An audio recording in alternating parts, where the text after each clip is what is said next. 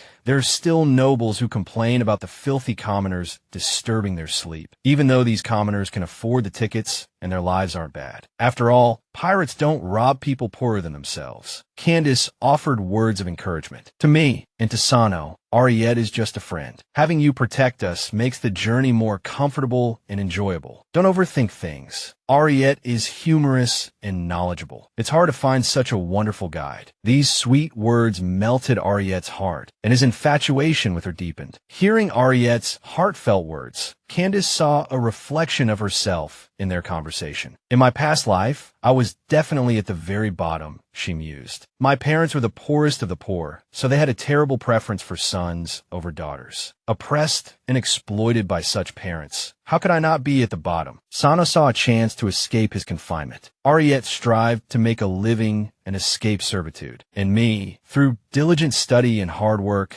I managed to escape that suffocating family. I really am like them, but I get so furious whenever I think about how hard I worked to buy my little house, only to be diagnosed with an incurable disease, and how I finally finished renovating it, but never got to live in it for a single day. In this lifetime, I have to enjoy life to the fullest, to make up for the 2 lifetimes I missed out on. Lost in thought, Candace was jolted back to reality as the ship lurched suddenly, throwing her backward. Luckily, Ariette was behind her and caught her. Careful. He held Candace's hand tightly as she asked, startled, "What happened?" "We have to slow down to enter the port," Ariette explained. "We're almost there." Meanwhile, Sano also came to the deck, looking for Candace. "Get ready." The smile on his face vanished when he saw their excessive closeness. Seeing him, Candace turned around with a bright smile. "Sano, we're almost there. We're about to enter the port." She walked towards Sano as she spoke. "The steward will meet us when we disembark. We'll hand over our luggage to them first. Andrin and the others have already arranged our accommodations." Sano quickly put his arm around Candace's waist, staking his claim, and replied, All right.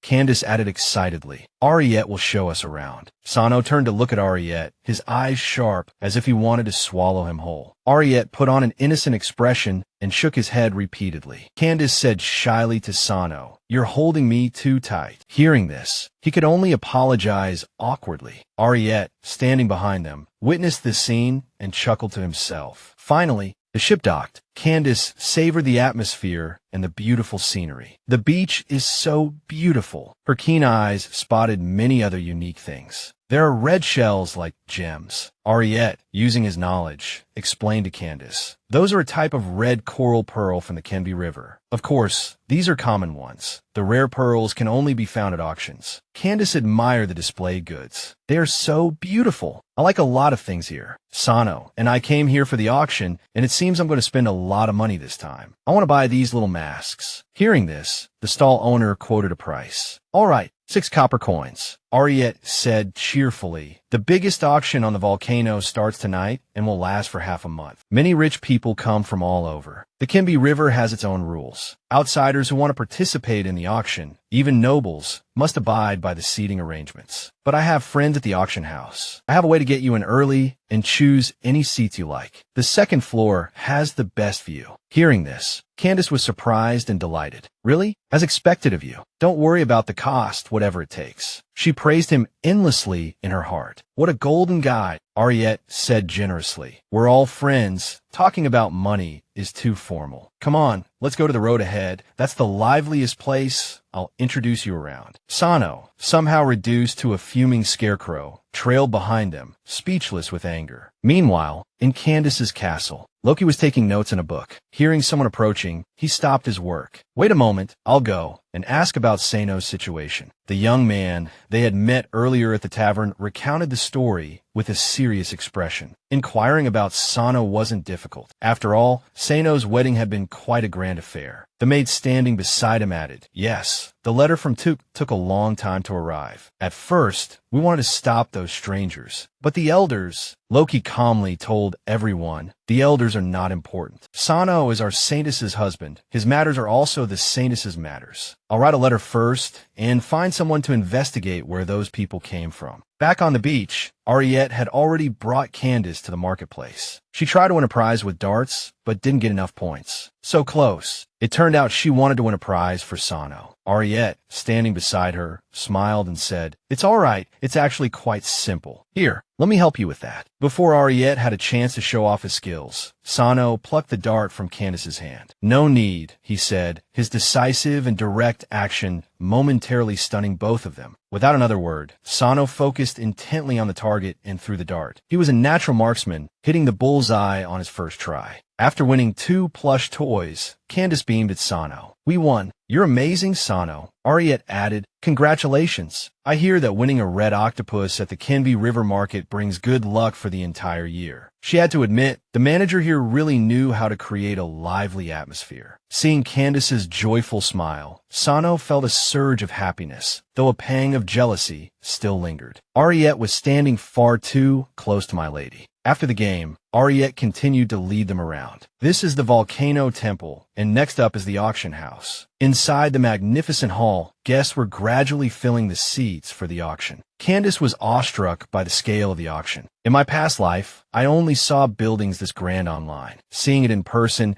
is even more spectacular than I imagined." Ariette eagerly went ahead to make arrangements. "It hasn't started yet. I asked a friend to reserve the best room for us when I registered. After a short while, they arrived at a VIP room. Here we are. Once seated, Candace voiced a concern. Is this a bit far from the stage? Ariette reassured her. Don't worry. The auction items will be displayed to the VIPs on the second floor first, before being brought down for bidding. If you want to bid on something, just tell the attendant. A maid approached and respectfully introduced herself. May the volcano God bless you, Countess Villikas. I am your dedicated auction attendant. Curious, Candace asked. Very well. What is your name? The girl replied, My name is Emily. My lady, Ariette said, producing a thick catalog. Before we came here, I didn't ask our beautiful countess if there were any treasures you particularly desired at this auction. Here is the catalog. Whether it's gold, silver, jewelry, delicacies, or even estates and land, you can find it all here. Candace was surprised. Really, flipping through the catalog, she found what she was looking for. Pointing to a particular sword, Candace asked Sano, This one looks nice, doesn't it? Ariette provided details about the item. The silver sword of the craftsman, Achilla, inlaid with mithril and moonstone. One of kind. This was his final masterpiece before his death. Truly a magnificent sword. He asked curiously, Is this precious sword the one you must have? Candace replied without hesitation, Yes. I want to give the best sword to Sano. Hearing this, Sano blushed. Candace, you don't have to go to so much trouble. But she smiled sweetly. Why not? Sano deserves the best. Sano will use the best sword to protect me, right? Across from them, Ariette rested his chin in his hand, looking dejectedly at Candace. Just being force-fed dog food, is that it? What a generous and loving gesture. Sano, sitting beside her, noticed Ariette's strange demeanor. Suddenly, Candace spotted something intriguing and gasped. Wait, what's this? Ariette explained, the Astra's magic stone, a treasure imbued with the magical aura of the water element. Hearing the words, magic stone, Candace was startled. What's going on? Why is there a magic stone? Is this a forced love novel world setting? She thought. Ariette continued. This one probably drifted over from the desert across the sea, but it's likely no one actually believes it's a magic stone. They just consider it a strange piece of jewelry. Candace was puzzled. Why the desert? He sees another opportunity to show off his knowledge. You see, beyond the borders of the empire, at the edge of the continent, lies a wasteland known as the desert. There are no real countries or governments there, just scattered people living by primal rules. I've been there, Candace interjected, seizing the opportunity to pepper him with questions. I heard that criminals used to be exiled to the desert, but that punishment was abolished. You've been there. Ariette recounted his fascinating journey. Yes, both Imperials and the uncivilized dwell in that desolate desert. I was taken there by chance, then seized a once-in-a-lifetime opportunity to return. Regarding my experiences in the desert, I only recall the scarce food and medicine, the vast sandstorms, the arduous journey, and the constant struggle for survival. But I'm certain I once encountered a madman who understood magic. He told me magic is real. Yet within the Empire, people never knew that in this world, there exists a great power beyond miracles, a great power that can be controlled by humans. So the question is, Dear Countess, do you believe in magic? Candace swiftly replied, Well, I think I should believe. She glanced at Sano, thinking, after all, magic is right beside me. Of course I believe. So, is the desert the source of Sano's magic? Ariette stood up. The auction is about to begin. I'll fetch some catalogs for you to peruse. Sano also rose, solicitously saying, I'll get some fruit for Candace. She responded coquettishly, All right. Meanwhile, Ariette was carefully browsing some books when suddenly someone called out to him. Ariette.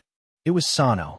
He asked curiously, What are you doing? Ariette feigned ignorance, countering, What's wrong? Why do you say that? Sano frankly reminded him, I hope you can stay away from my wife. Ariette calmly replied, Oh, I see. Impossible, Sano. You're jealous of this? After all, Candace is beautiful and lovely, noble and cheerful. Even to someone like me, she is always sincere. It's normal for someone like Candace to be liked by many people, right? Be more generous, Sano. Don't be so petty. Faced with Ariette's shameless words, Sano was speechless, unable to retort. The auctioneer announced to the guests, Next, we will introduce an extremely rare and dazzling pearl. It comes from the border gem Heliobia on St. Kadira's laurel wreath. It is a symbol of purity and perfection. From any angle, this pearl exudes unparalleled beauty and nobility. Owning this pearl means possessing a treasure that can be passed down through generations. The auction begins. Please be ready to raise your bidding paddles and seize this rare opportunity. Tell me, who will be its new owner? The hall was filled with a dramatic atmosphere, as everyone began to bid. Only Candace sat leisurely upstairs. Life here is so vibrant. Perhaps this is the characteristic of this city. Ariette and Sano returned at the same time. Ariette asked, "Has the auction started?" Candace replied with a smile. "They've already showcased all the items for the first half of the auction. The sword is among them, and the bidding has already begun. Why did you two take so long? Where are the catalogs?" Ariette fabricated an excuse with a laugh. "I accidentally dropped the catalogs and was kicked out by the waiter." Candace asked in alarm, "What happened?" Ariette whispered to Candace, "Don't you know Sano is jealous?" Sano, standing nearby, was stunned by these words. "He's so cunning." Just as he was about to explain, "Wait a minute," Candace asked them, "Jealous?" Ariette unhesitatingly revealed Sano's secret. "He's jealous because I'm too close to you. Too possessive." Knowing this, Candace giggled shyly. Just because of this? In her heart, she was thrilled. He's jealous because of this reason. So cute. Sano became flustered and suddenly grabbed Candace's soft hand, returning to the table. Ariette continued to mention the matter. "Sano actually thought that way. I told him, Candace is so lovely. It's normal for everyone to like her, isn't it? I'm truly innocent, Miss Candace." Seeing this scene, she turned to comfort Sano. "Look how casual he is when he jokes. He's just kidding. Don't take it too seriously." Although she said so, she secretly enjoyed Sano's jealousy. Sano hesitated, unsure of what to say.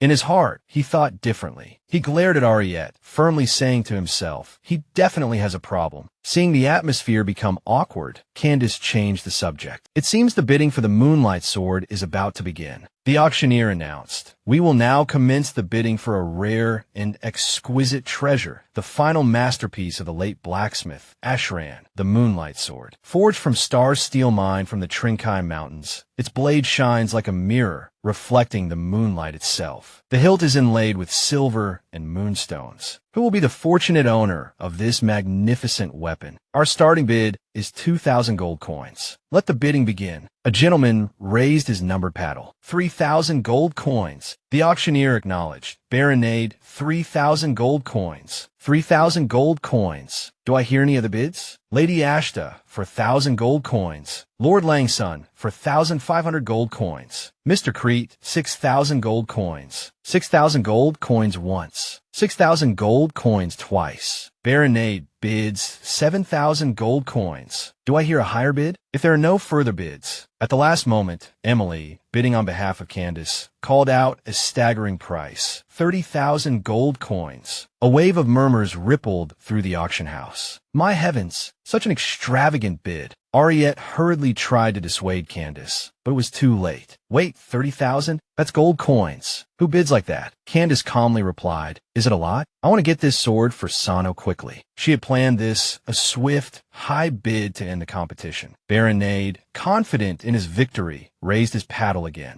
Baronade, 31,000 gold coins. Candace, hearing this, signaled to Emily to raise the bid to 40,000 gold coins. The auctioneer announced the new sum, draining the color from Baronade's face. "Countess Vilica's 40,000 gold coins." He began to fret. How dare someone compete with me? Meanwhile, the auctioneer quickly repeated, 40,000 gold coins once. 40,000 gold coins twice. 40,000 gold coins thrice. Sold. Congratulations to Countess Vilica's on acquiring the Moonlight Sword. Baronade, consumed by curiosity, commanded his subordinate. Countess Vilica's? Never heard of them in the capital. Investigate immediately. Finally, the auction concluded successfully. Candace, holding the sword, couldn't stop admiring it. It's so beautiful. It's perfect for Sano. When we get back, we should have a silver suit of armor made for him. It will match perfectly. She was ecstatic. Having such a handsome husband is enough to be proud of. Sano clasped her hand tightly. "Anything you say, my Lady Candace." Suddenly, Ariette called out from behind Candace. "Lady Candace." He shyly presented something to her. "Look what I bought. An aquamarine necklace. As a souvenir of this trip. Thank you for accepting me as your friend." Candace was delighted by the unexpected gift. "Oh, for me? Thank you." Ariette replied formally. "Yes, please accept my gift, my lady." It was these small gestures that made Candace like him even more. He's such a smooth talker. I could ask him to be my guide on my next trip. Candace held the necklace. It's beautiful. Such a clear blue. I've never seen a gem like this. Sano watched from behind with wary eyes. This is how dare he. Late at night, the air was cold and still. The wind howled, whistling through the cracks in the window. In his chambers, the king lay in bed, coughing from the change in weather. It seems my illness is worsening. Seeing Clister enter, he asked, "Have you found the boy?" Clister replied, "We know where he is, your majesty. We will be able to deliver the news soon." The king's expression was pensive, his voice melancholic as he spoke to himself. "What name did she give a boy?" "Sano. I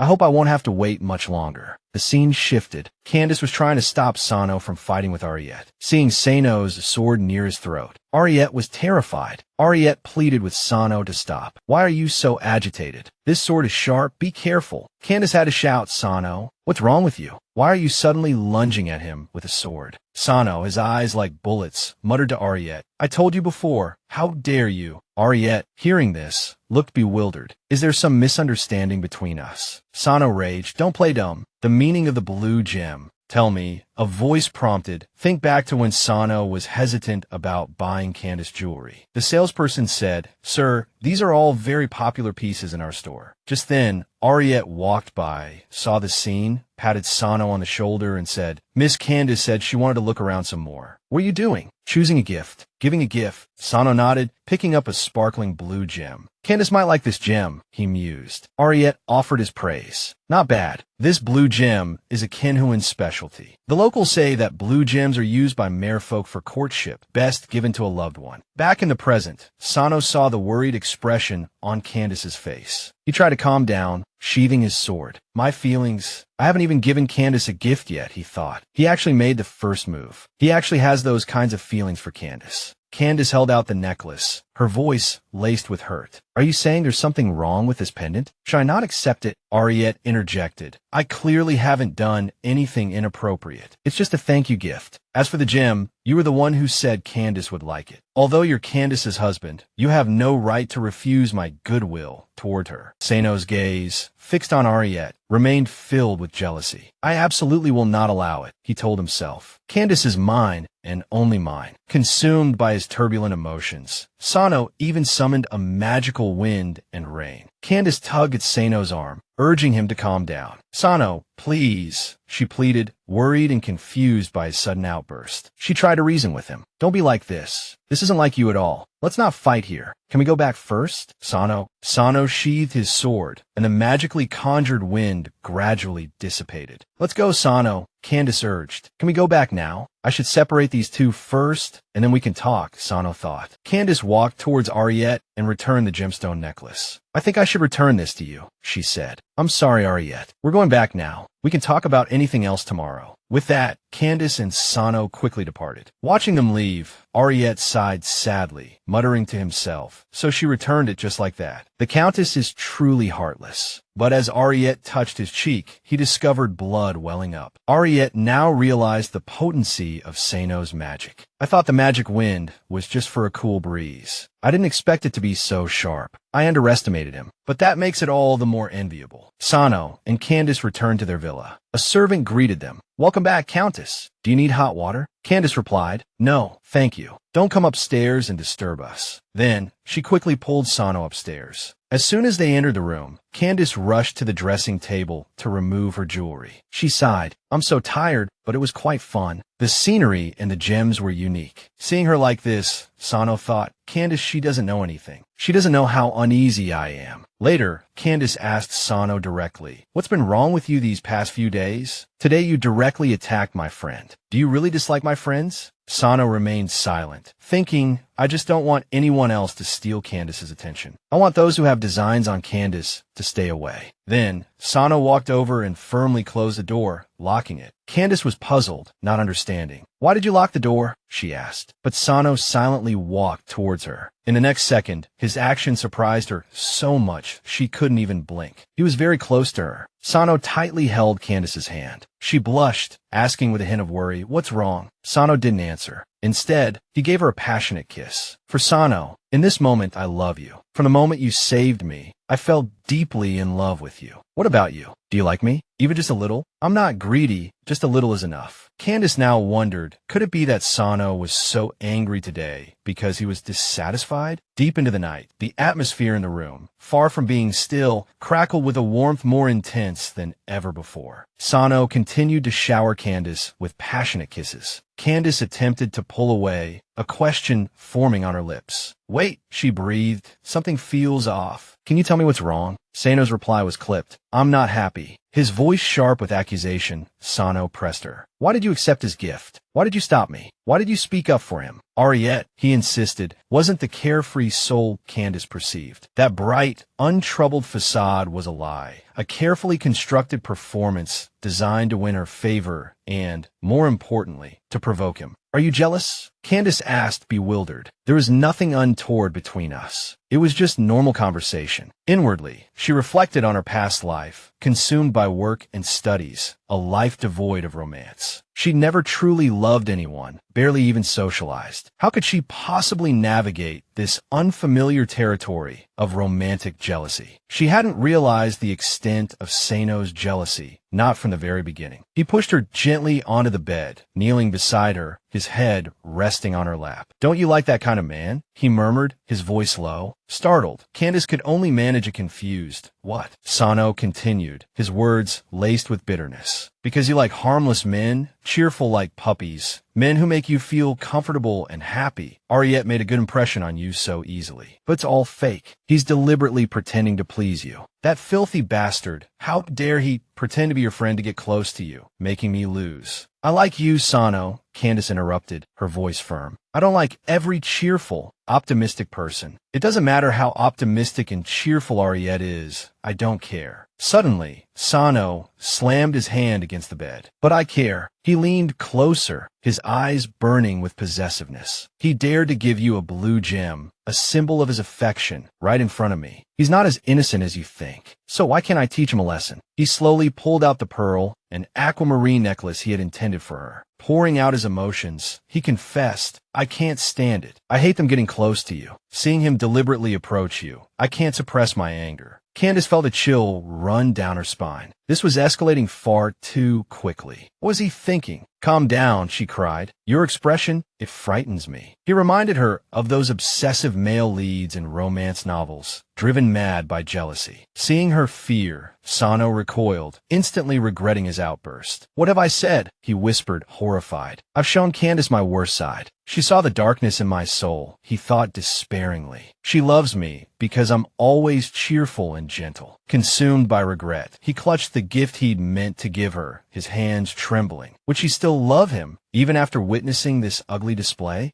After a moment of agonizing silence, he stammered an apology.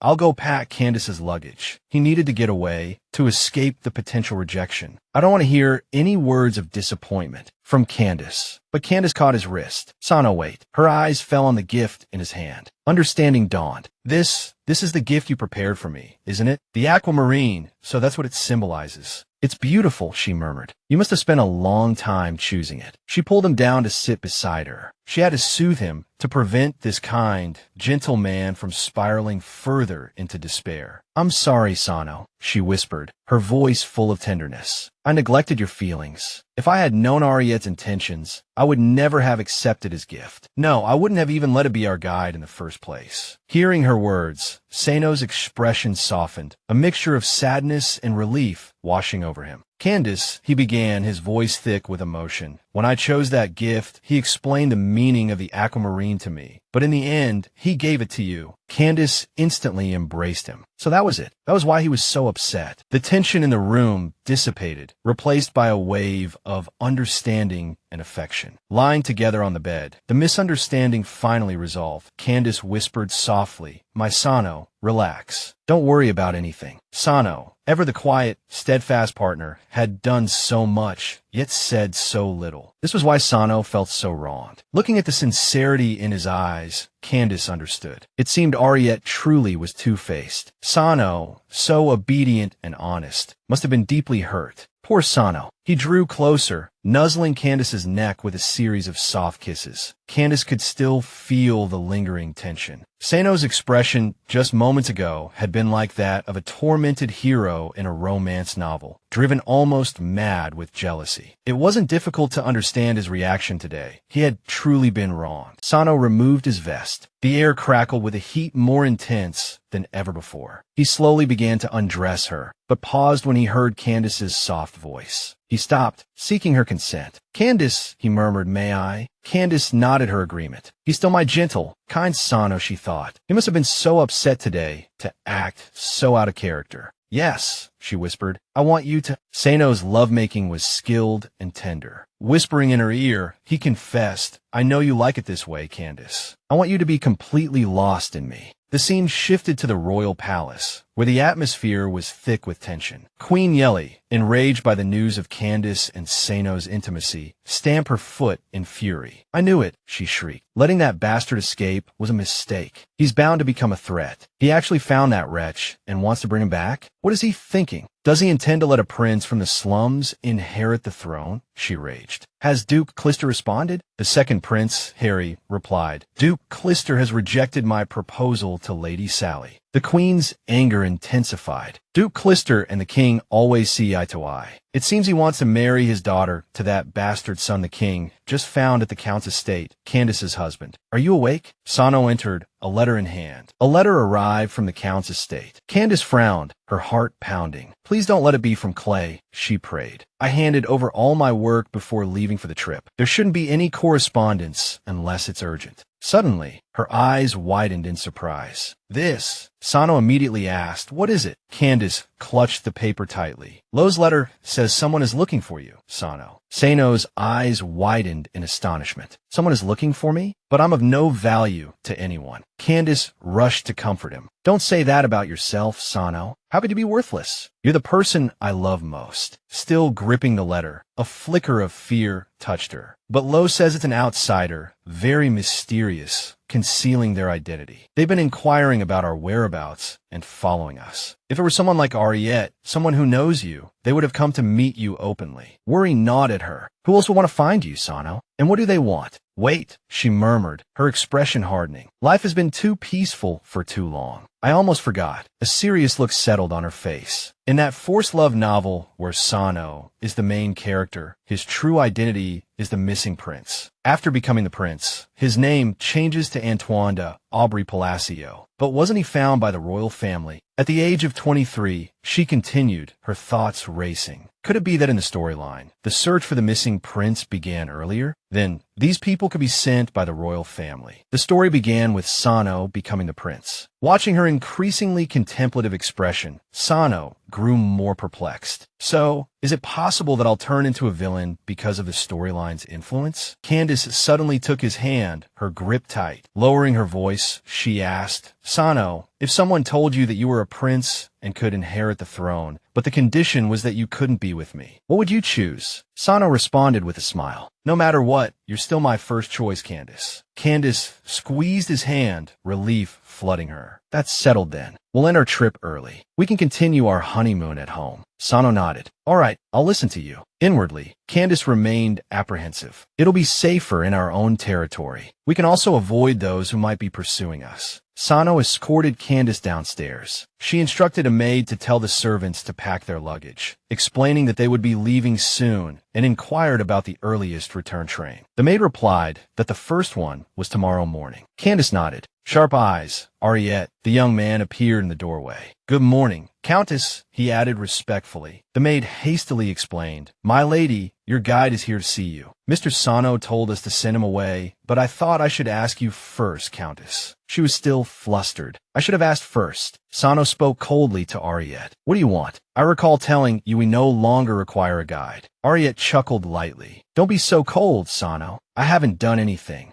Ariette's smile remained bright. "Besides, even if I work for free, I'm employed by the Countess. My staying or leaving should be decided by the Countess. Right, Sano?" Sano began to speak angrily, but Candace interrupted. "No, thank you." She shook her head in refusal. "We're leaving tomorrow. We no longer need a guide." Ariette, you may go. I'll have the servants bring you your wages. Candace. Ariette watched, bewildered, as the Countess pulled Sano away. Was it something Sano had said, or was it because of last night? Ariette's expression hardened. These past few days. You should know I'm not that kind of person, Candace said sharply. Are you suggesting Sano spoke ill of you behind her back? She dismissed him curtly. Go. Don't let me hear you complain about Sano again. I never realized before. This man is truly a skilled liar. Candace turned and instructed the maid. Show him out. We're not receiving any more visitors. The maid bowed her head. Yes, my lord. Please come with me. Ariette glanced back, frowning, before leaving. What is going on? With Ariette gone, she turned and embraced Sano. I don't like him, Sano. I won't contact him again, okay? He was touched, tightening his arms around her waist and pulling her close. Thank you, Candace. She hadn't voiced. Sano was heavy, but adorable. Candace happily hugged his back. Outside the estate, Ariette was still fuming. His hand clutched his earring as he muttered, "Is this all I can do?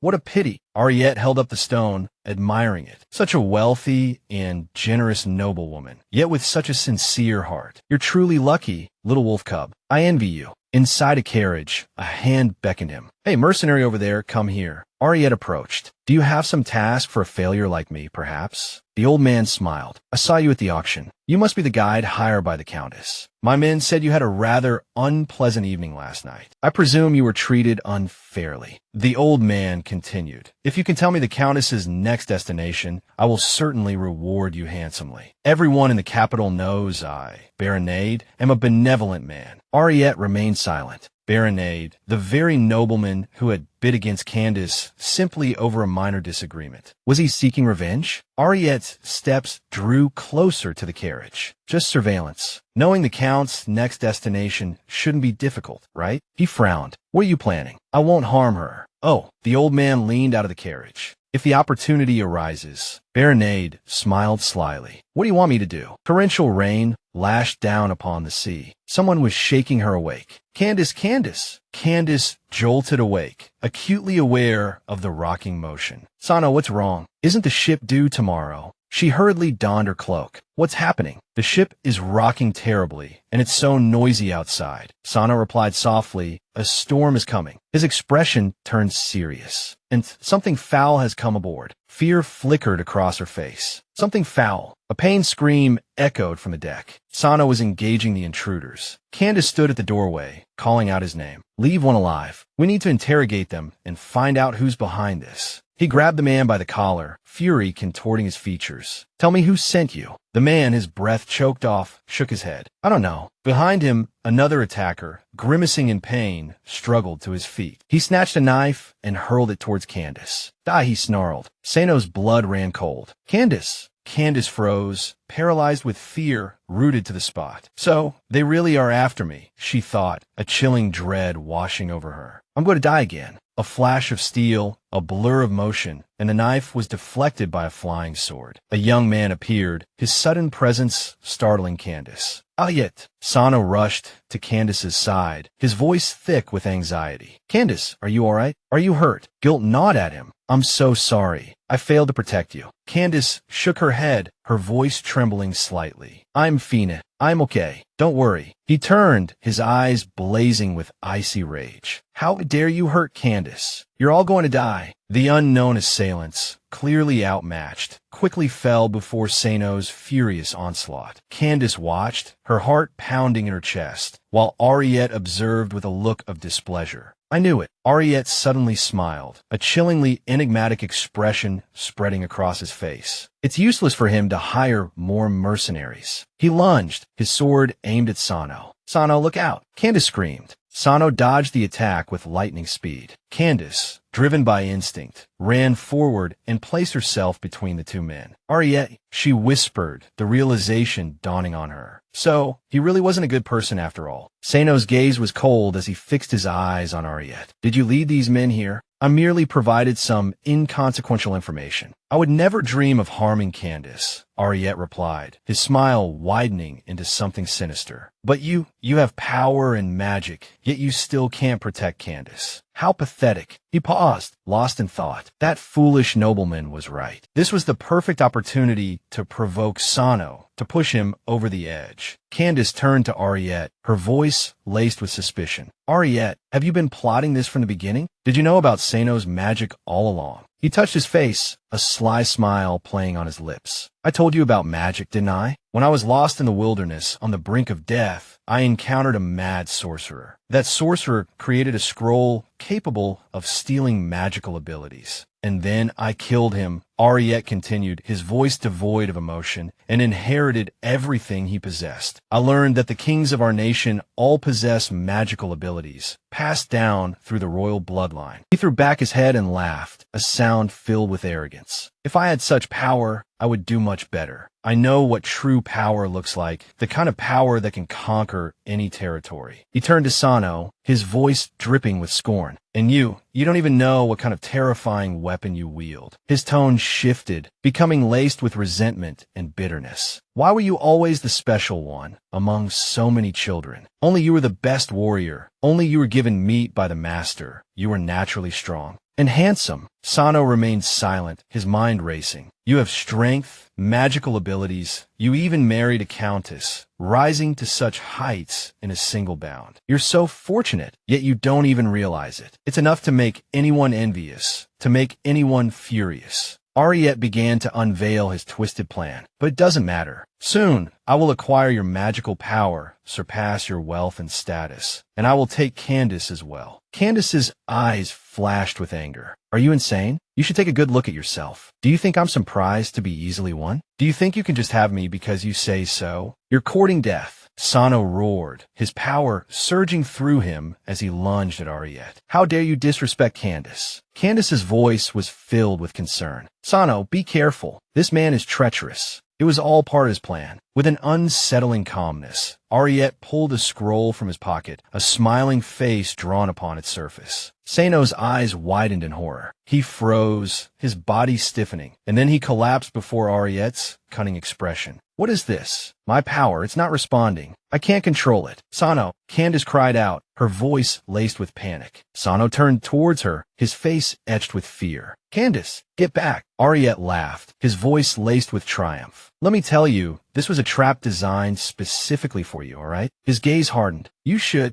Ariette's expression faltered, surprised by Sano's sudden action. I won't let you have Candace. Sano. Candace rushed to his side, her voice frantic. What's happening? Something's wrong. Whatever Ariette used is affecting him. The injured Ariette grabbed Sano, muttering, Sano, do you think you can defeat me with this? I won't let you succeed. Candace screamed, her voice filled with terror. Ariette dragged Sano with him into the churning currents. No, Sano. Sano. Candace still couldn't believe what was happening before her eyes, calling out his name over and over. In the intensifying rain, she cried even harder. Someone help. Is anyone there? Half a month later, the search for Sano continued. Hey, any discoveries? None at all. The search party reported the situation. We've searched all the surrounding islands. There's no trace of anyone. Day after day, the search party continued their efforts. It's been half a month. I'm afraid that falling into the sea during such a storm, after so long, the man behind him subtly reminded him to say less. The Countess has paid handsomely. Eat up and continue the search.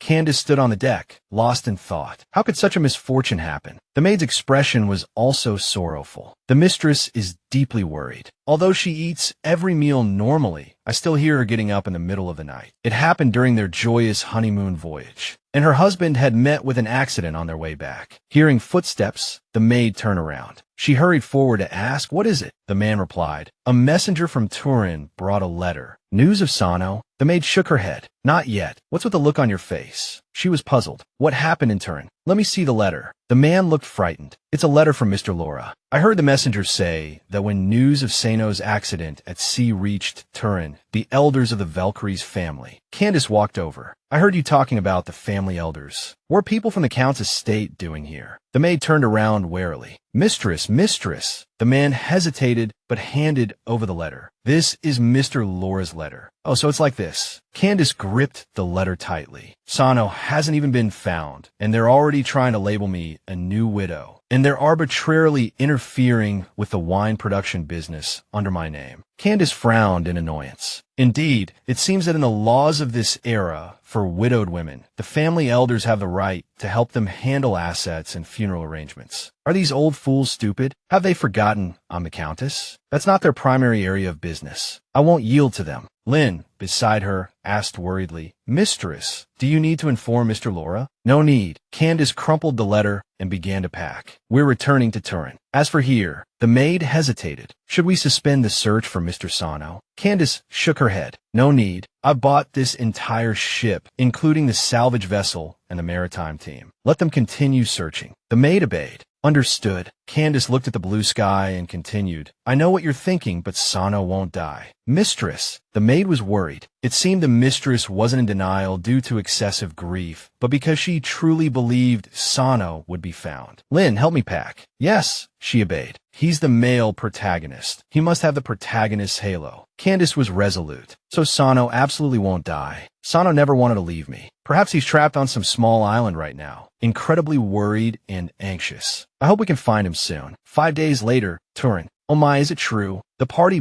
buzzed with whispers. Everyone in the city has been talking about it lately. The girls gossiped excitedly. Countess Veliker's husband met with an accident and disappeared at sea. They say he's missing, but they've been searching for over half a month and still haven't found him. Isn't that a death notification? Count Glaze stood to the side, eavesdropping. They were only recently married. Was it because they didn't hold a wedding in the temple? So, who knows how amusing it is that the Countess has become a widow? What's the use of having status? Her husband is dead, right? They continued their chatter incessantly. When I arrived, I saw Countess Veliker's carriage arrive as well. Is she inside? I heard that Loris Sandcastle, the wine tycoon, is here too. Another girl chimed in. Perhaps. My fiancé said it's a business meeting. A new widow squeezing into a crowd of men. Candace. He clutched his wine glass tightly. Has she truly become a widow? Grez, you're early. Were you waiting for me here? Lady Betty Gill approached and looped her arm through his. He coldly shook her off. The young countess was stunned. Grey Betica, he declared, I think I need to reconsider our engagement. Reconsider? Aren't we already engaged? What more is there to consider? No, that's because you kept pestering me. Grey walked away coldly. I don't love you at all, even if you say marriage and love are two different things. I have a new bride I truly want to marry. Grez thought of his Candace. She has gone through hardship and pain, and she must need my comfort now. The young countess was speechless. For the past month, she had tried so hard to get engaged to him. Yet Grez was too conceited. The one I love is Candace. I must go to her. She needs me. Betica frowned. Stop. It's because of Candace, isn't it? He ran faster. Grey, wait. Schubert rushed over. That's right. Candace needs me. The obstacle between us is gone. That hateful man is dead. This must be fate. He pushed open the door and barged in. And at this moment,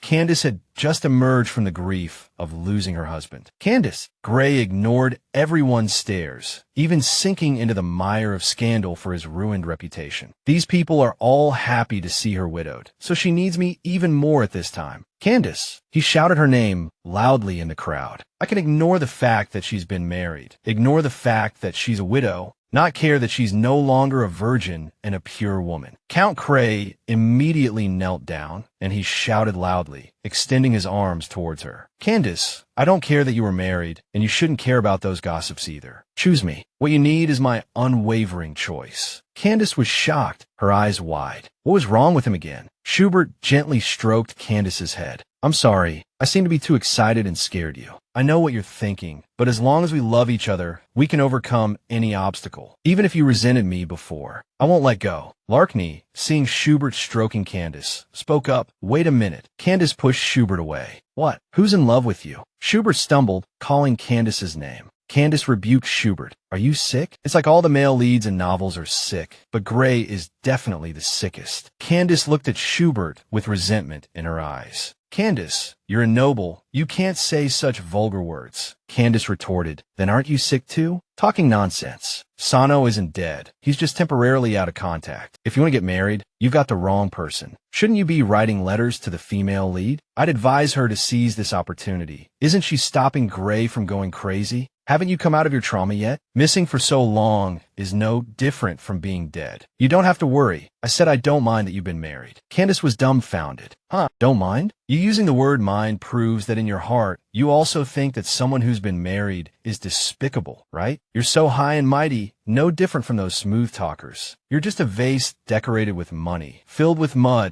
and you dare to judge others. Schubert hurriedly explained, "No, I never thought that. No, even if I did, my love for you is true." Candace stated frankly, "I suggest you take a good look at yourself. Do you really love me? The person you love is clearly yourself. You're just fantasizing about enjoying loving me, satisfying your desire to show off. Sadly, even if you have true love, you don't care. You both crave it and don't cherish it, so you'll never be satisfied. The one who truly loves me isn't you, it's Sano." Schubert was blank at this moment, speechless. Larkney asked Candace, "Countess, would you like to leave first?" Candace replied, "No, it's not over yet." Candace said angrily, "Uncle, what did you do to my vineyard business? Do it again in front of me." Schubert pondered. Candace has become tougher after coming back. Is it because of Sano's disappearance? The view outside was beautiful, the space quiet, while inside it was splendid and bustling. But Candace wasn't happy. She missed Sano terribly. Candace absently held a glass of wine. "I wonder where Sano is now," she murmured to herself. 3 months had passed since his disappearance. Clutching a letter, Candace addressed her maid, "Anne, is there truly no news of Sano from the sea? Have him expand the search area." Anne replied, "Yes, my lady. There's also a letter from the royal capital today, sent by the royal family." Candace continued, "The royal family rarely sends letters. Could it be they need assistance? Is that so? The royal family rarely sends letters to remote Bar City. However, the less contact with the royal family, the less control, which is also convenient for our own development." Candace opened the letter and read, "Respected Countess Velcries, greetings. Recently, joyous news has come from the Parisio royal family. 3 months ago, the third prince, Antoine, was found." Reading up to this point, Candace gripped the letter tightly, whispering Antoine's name, and worried asked, "My lady, what's wrong?" Candace, her face clouded with concern, replied, "I think I need to rest for a while." "You may leave now," she dismissed, and who promptly exited. "Yes, my lady." Alone, Candace held the letter, lost in thought. Could Antoine be Sano?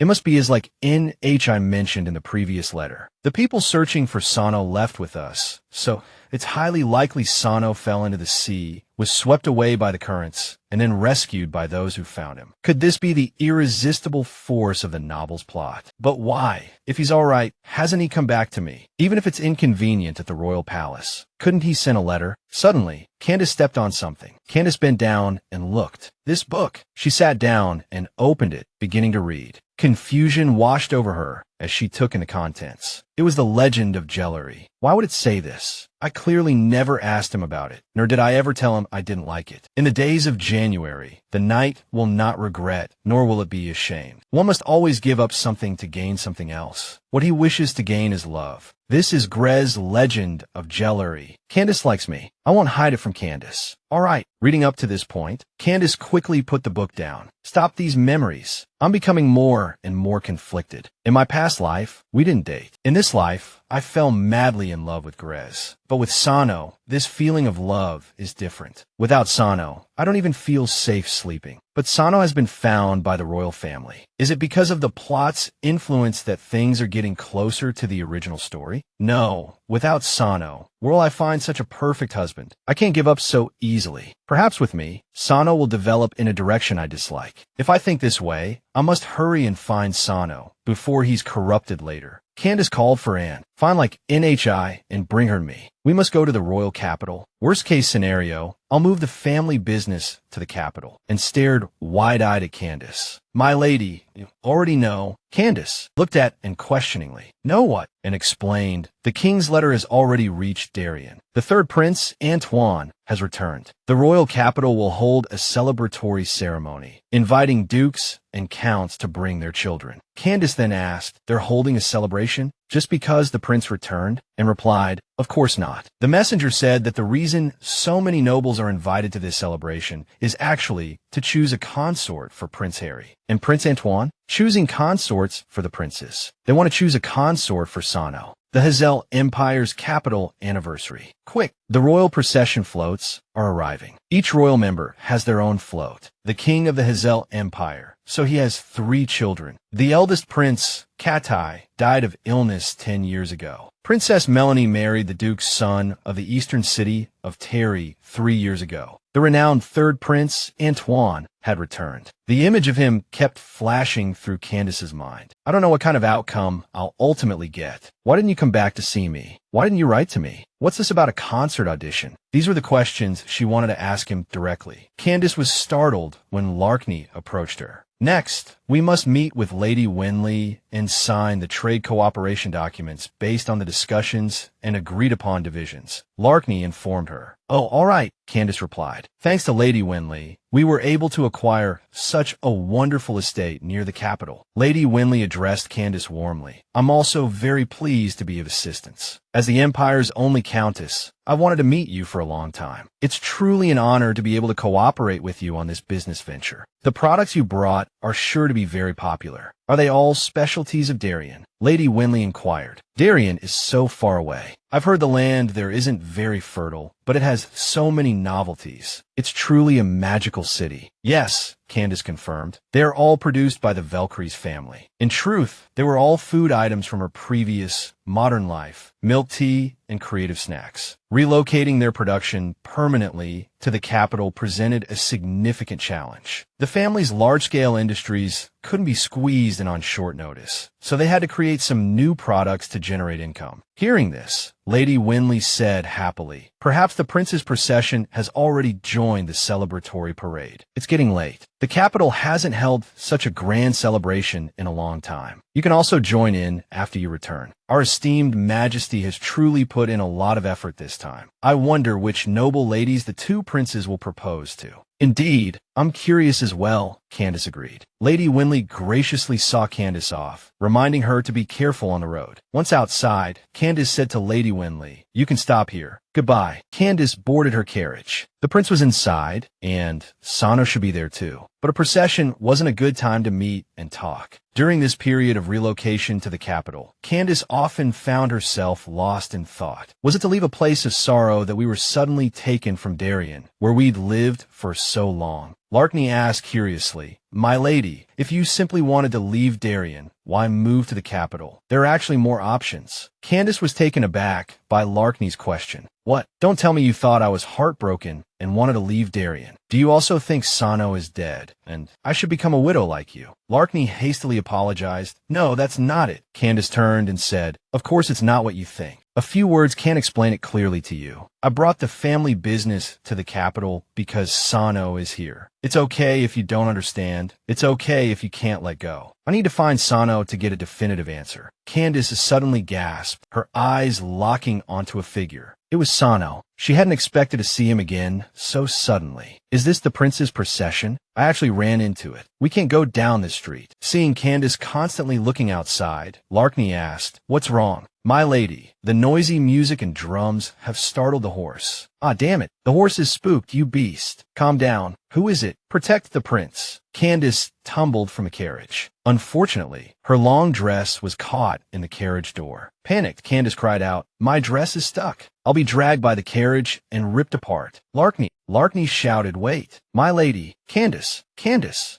stumbled, falling into someone's arms. Thank goodness I'm alive. Suddenly, Candace realized, wait, this embrace, it's Sano. Sano, it really is Sano. As always, he protected me. It was always Sano. Tears welled in Candace's eyes. Sano, she cried, I thought you didn't want me anymore. Why didn't you come back for me? Antoine coldly pushed Candace away. You've mistaken me for someone else. Candace's heart shattered.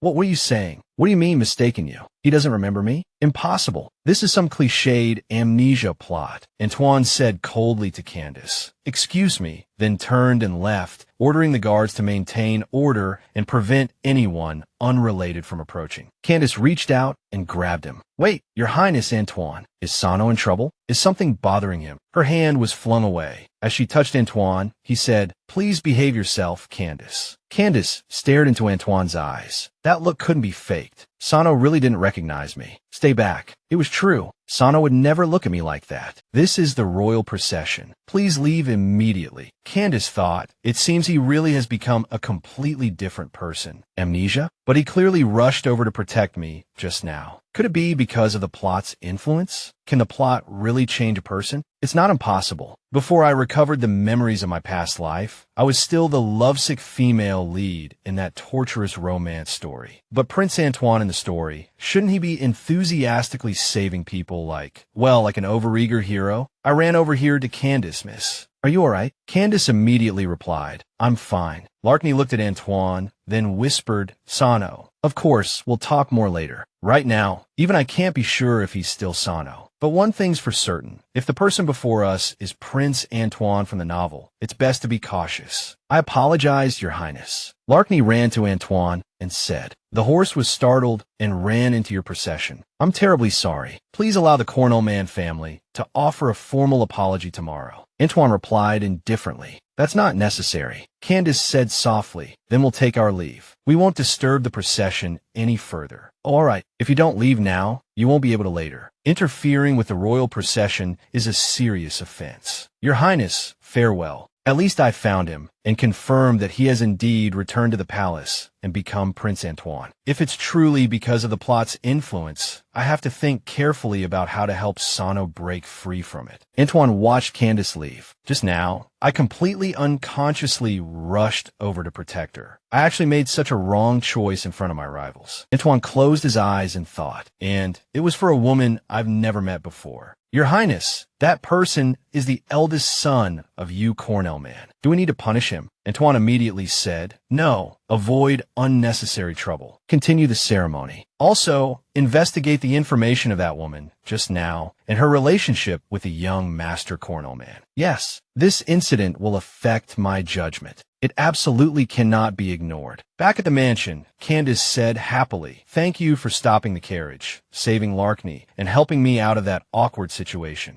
Prince Alan, it's been a while. What a coincidence. Thank you, devoted second male lead, childhood friend of the Countess Velasquez. It's a pleasure to see you again. Today was a bit sudden. As the host, I should hold a banquet to properly entertain you. No. You've already helped us so much, and you still want to entertain us. We're truly grateful, Prince Alan. You can call me by my name. We can be friends. In Candace's mind, both Alan and Sally were good people protected by plot armor. If it weren't for the male lead, Antoine. I have too little information right now to determine Sano's specific situation. I still have to find a way to continue approaching him. If Sano really lost his memory due to falling into the sea, then it's easy. If it's due to the plot's influence. Candace asked Alan, by the way, where's Sally? Has Sally been busy lately? Sally, did something happen? Alan was silent for a moment, then said, you saw it today too, right? The third prince, Prince Antoine, looks exactly like the knight who used to be by your side. Yes, I know. Or rather, they're the same person, right? Let's not say that for now. It's a bit complicated to explain. After seeing Prince Antoine, Sally and I were very surprised. We even thought about writing to you to ask. But later, we thought there must be others in this world who resemble His Highness, and this prince gives off a completely different impression from the knight by your side. Prince Antoine is a cold and arrogant man, meticulous in his work, but not very adept at social graces. He's exceptionally capable, strikingly handsome, and enjoys the king's favor. Even several of the Clayster Dukes have expressed their willingness to support Prince Antoine. And familial support inevitably involves marriage alliances, so several dukes are eager to forge a connection with Prince Antoine through marriage. Hearing this, Candace felt a jolt. Marriage alliances? Wait a minute, the Clayster Dukes? Could it be? Yes, the Clayster Duke was Sally's father. He's already made a private agreement with the king to betroth Sally to Prince Antoine. Although Sally vehemently opposes it, she can't defy her father and is confined to the Clayster Duke's estate, unable to leave. Candace was stunned. Sally and Antoine? So Sally was going to marry Antoine? Everything seemed to be pulled back onto its original course by the invisible hand of the plot. The hero and heroine of the forced love novel. Were they really going to end up together? Alan gently placed his teacup on the table and said thoughtfully, this celebratory tour will last for more than 10 days, after which they will officially crown the royal prince. Although he's a prince who appeared halfway through, the fact that the king is treating him with such grandeur is a clear signal in the eyes of my father and the other dukes. Candace unconsciously tightened her grip on the glass in her hand. The news she had just heard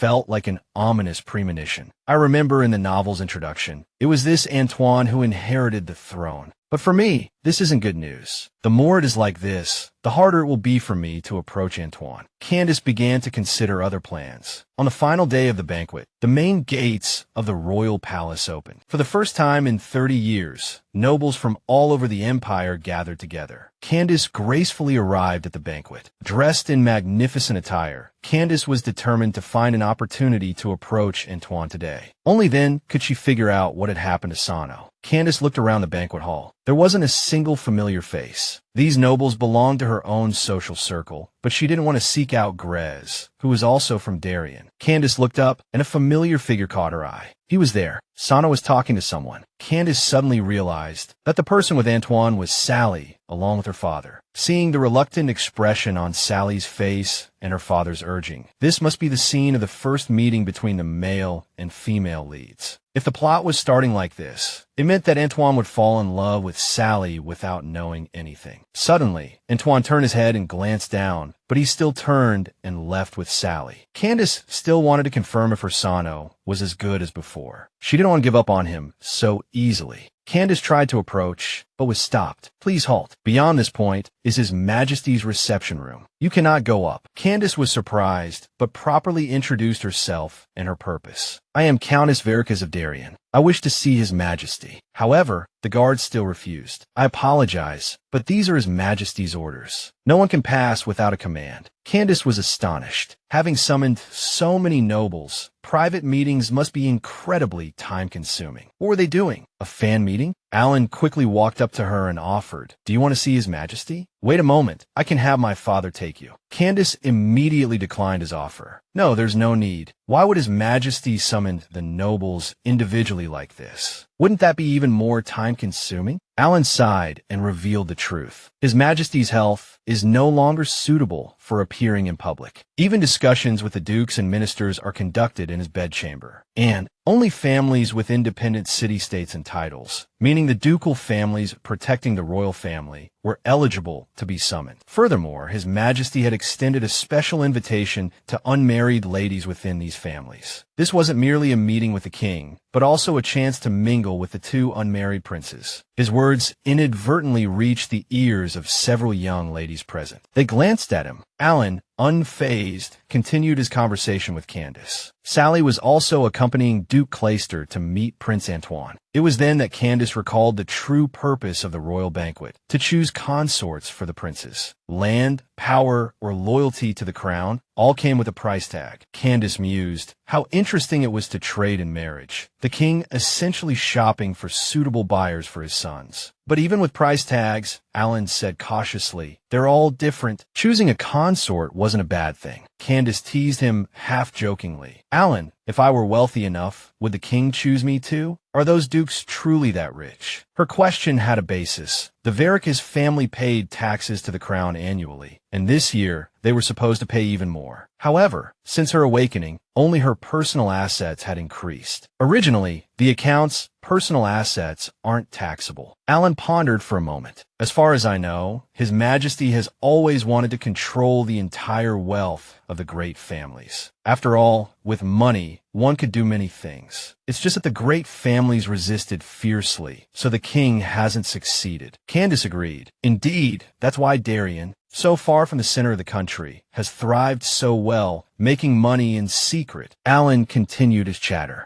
Dukes with city-states and territories need to spend a fortune maintaining their armies. For the four families with real power, the royal family controls their economic lifelines. Candace, you ask this. Is there something between Antoine and Sano? Do you want to? Alan asked carefully. Candace didn't deny it. Frankly, she said, I'm just thinking they all have price tags. The king, as the representative of supreme power, probably wants money more, turning marriage into a tool for exchanging benefits. So why can't I buy a prince with money? If only it could be solved with money. If that were the case, I could probably play the game of forcing a prince to fall in love with me. I'd also have a chance to approach Antoine and find Sano, make him fall in love with me. Their conversation had long since caught the attention of Gray and Betty. Seeing Candace's cheerful demeanor, Gray couldn't help but feel a pang of sadness. Candace, she already has someone new. I'm no longer qualified to appear before her. Behind Gray's sorrowful gaze was Betty's worried one. Gray, a gentleman is obsessed with Candace. Do you want to embarrass me in front of everyone?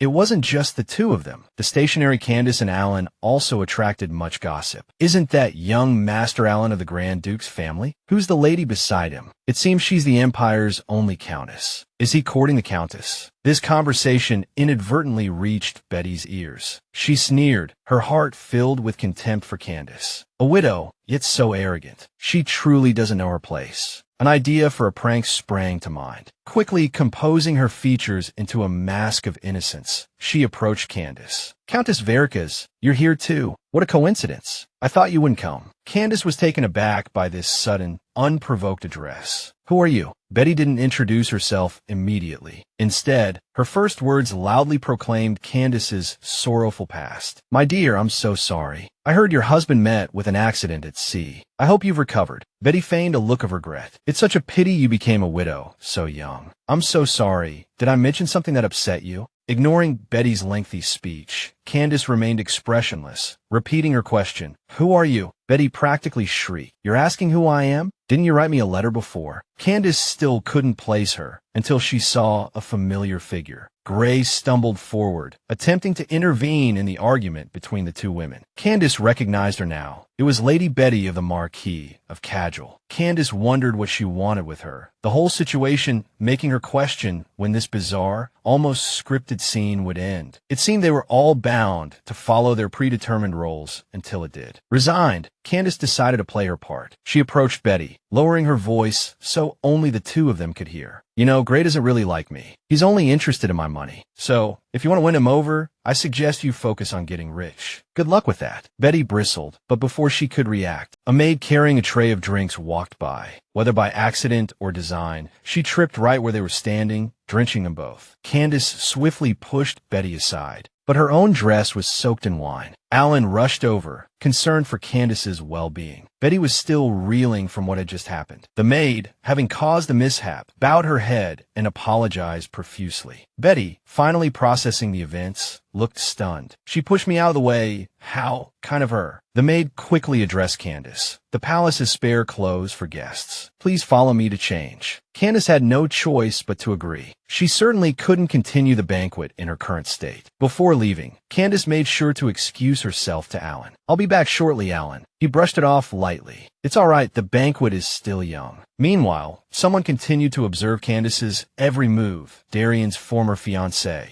Displeasure flickered across the young blonde man's face as the prince was mentioned. Antoine's low birth and previous marriage are easily verifiable, yet Duke Chris suppressed this information and even fabricated a story about Antoine being used by merchants. All with the king's consent. The red-haired noblewoman offered casual counsel to the prince. What are you worried about? Antoine claims amnesia, but who knows if it's true or just a ploy to hold on to his former lover. Despite his princely title, that baroness chased him thousands of miles to the capital just to see him. I'll arrange their reunion. Give Antoine a surprise. I want to ensure that even Duke Chris can't disregard family honor and marry his daughter to an already married prince. Back with Candace, the maid led her to her room. Countess Vericas, the new dress is inside. Please enter. The maid gestured, and Candace stepped in. Finding the room pitch black, Candace asked the maid to turn on the light, but the maid simply shut the door with a chilling click. Candace whirled around in surprise. The maid's voice came from outside. Please change. I'll fetch you some water. Candace finally let out a breath she hadn't realized she'd been holding. That scared me, she muttered, looking around the room. The way it was furnished gave her a strange feeling. It didn't resemble a changing room at all. There was even an elegant tea set and furniture. Suddenly, a hand touched Candace. She jumped, spinning around to find Prince Antoine, seemingly appearing out of nowhere, standing behind her. Who brought you here?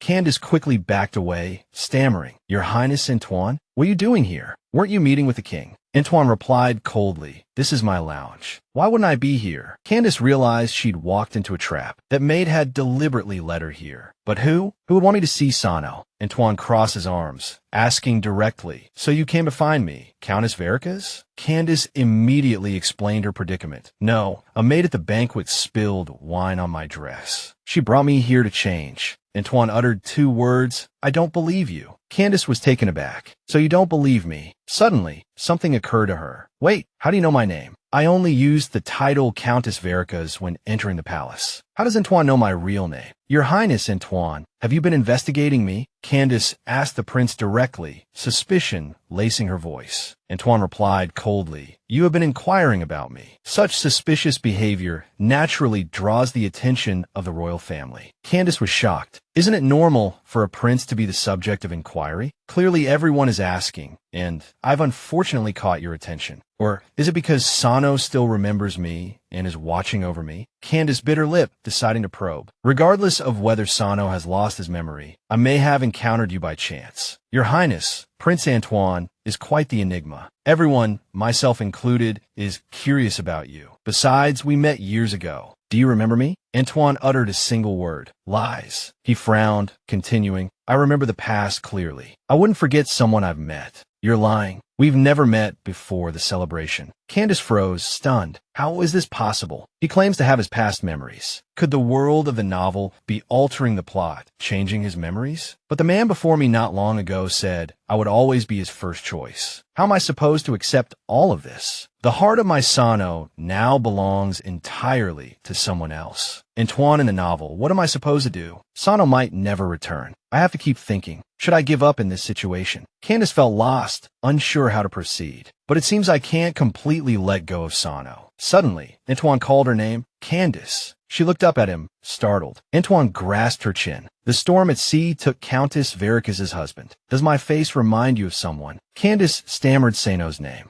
Antoine tilted her face up. Are you mistaking me for him? Candace thought frantically. Does he think I'm confusing him with Sano because of their similar appearance? Is that why he's displeased? But I know very well that Antoine is Antoine, and Sano is Sano. They are not the same person. If I want to find Sano again, the one who once considered me his everything, I need to prepare for a long journey. Antoine looked at Candace seriously, and she understood. The information gathered tonight is sufficient. Someone is orchestrating my encounter with Antoine. Candace told herself it was best to leave immediately. I apologize for my earlier presumption, but please release my hand. If someone sees us like this, it might affect your image. Antoine reluctantly withdrew his hand. I admit, I initially mistook you for my husband due to your resemblance, but now I understand you are not him. I sincerely apologize for the offense. My Vericas family will offer appropriate reparations. Please forgive me. Candace turned decisively to leave, but she was stopped by a question from Antoine. What did you just say? Her eyes had completely changed, starkly different from the complex and hopeful gaze from before, like looking at someone utterly inconsequential. Impossible. Antoine grabbed Candace's arm, preventing her departure. Don't go, Candace, he said, his voice unusually warm. Candace was taken aback by the shift in Prince Antoine's demeanor. This feeling, it's not right. It's truly like Sano. This is the tone I've heard countless times. The tone Sano used when he pleaded with me. If I'm not mistaken, it's Sano. He resisted the plot's erasure. He retained his original consciousness. Antoine turned Candace to face him. You discover my secret. Candace was bewildered, unsure what Antoine meant. You're not. Candace hesitated. At that moment, in a corner of the capital, Your Highness, Prince Antoine, are you still hesitating? You know the Clayster family will fully support you.